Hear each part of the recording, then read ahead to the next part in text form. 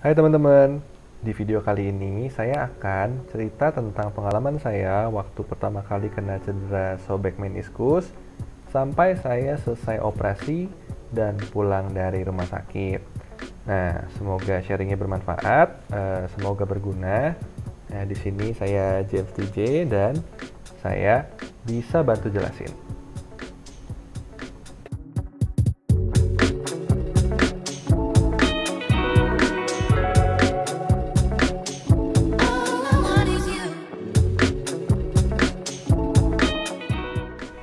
Ini adalah tampilan lutut saya setelah saya kecelakaan dan membuat meniskus saya robek. Coba cek di sini, di sebelah sampingnya, ya di bagian sisinya itu bengkak banget. Nah, awalnya saya kira ini hanya bengkak yang kalau dikompres itu bisa mengecil, tapi ternyata tidak bisa karena di dalam sini terdapat penumpukan cairan yang adalah darah. Karena lutut saya penuh dengan darah, jadinya tidak bisa diberi tindakan. Jangankan operasi, MRI saja belum bisa. Jadi dokter waktu itu menganjurkan untuk segera dilakukan penghisapan darah di lutut supaya bisa diberikan tindakan selanjutnya. Karena dianjurkan oleh dokter untuk hisap darahnya, ya udah saya lakuin dong. Jadinya lutut saya akhirnya dihisap darahnya. Waktu itu jumlahnya banyak banget, ada totalnya 2 ampul.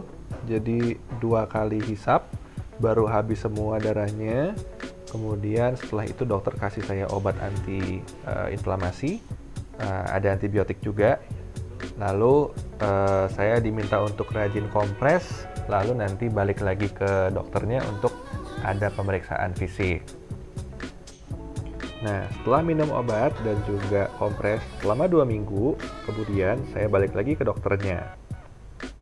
Di dokter saya diperiksa, dilakukan sebuah pemeriksaan yang namanya adalah McMurray Test.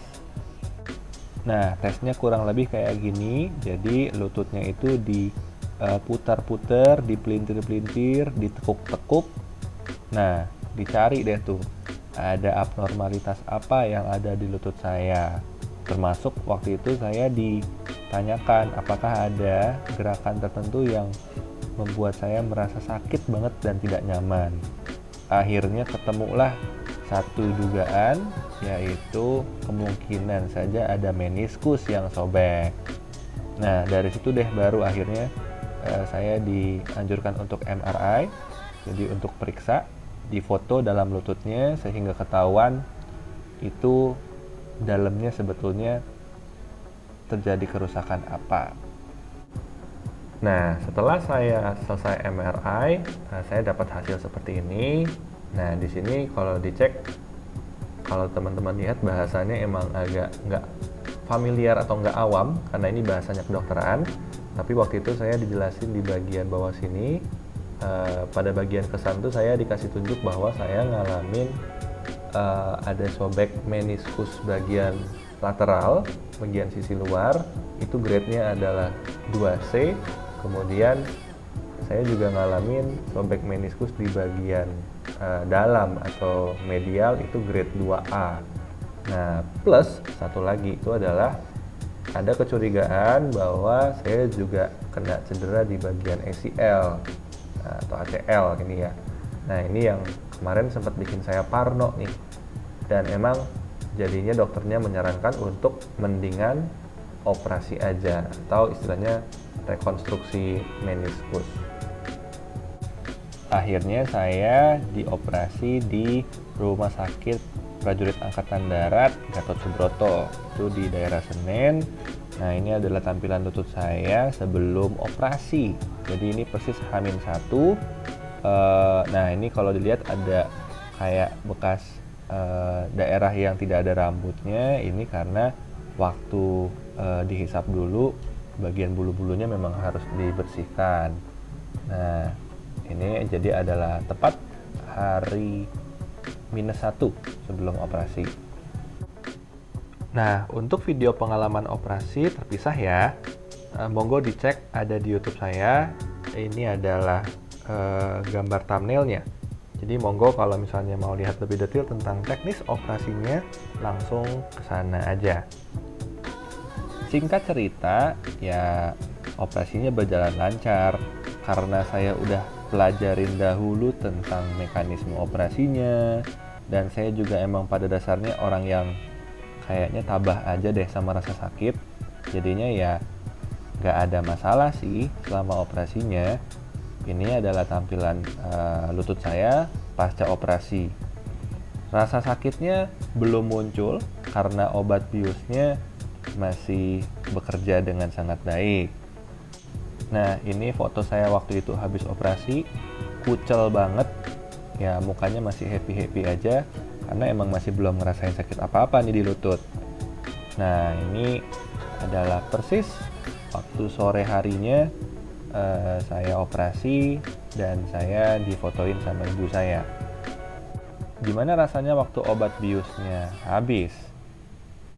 Waktu obat bius habis, ya rasanya mulai muncul sakitnya ya.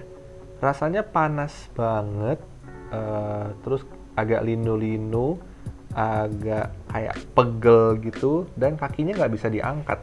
Jadi agak takut juga waktu itu ngangkatnya karena takut misalnya takut jahitannya sobek atau gimana ya kan, atau takut dalamnya gimana gitu. Jadi emang bener-bener saya nggak berani gerakin tuh kaki saya waktu itu. Tapi sakit banget sih, buat saya nggak terlalu ya.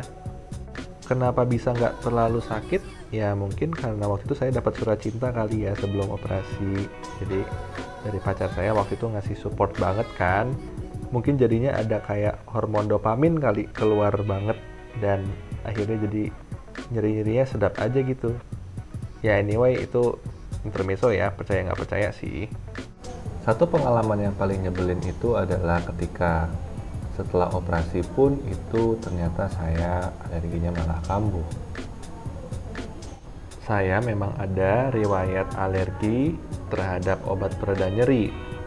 Nah, kalau habis operasi ya dikasih obat anti nyeri dong. Ya jadi gini nih.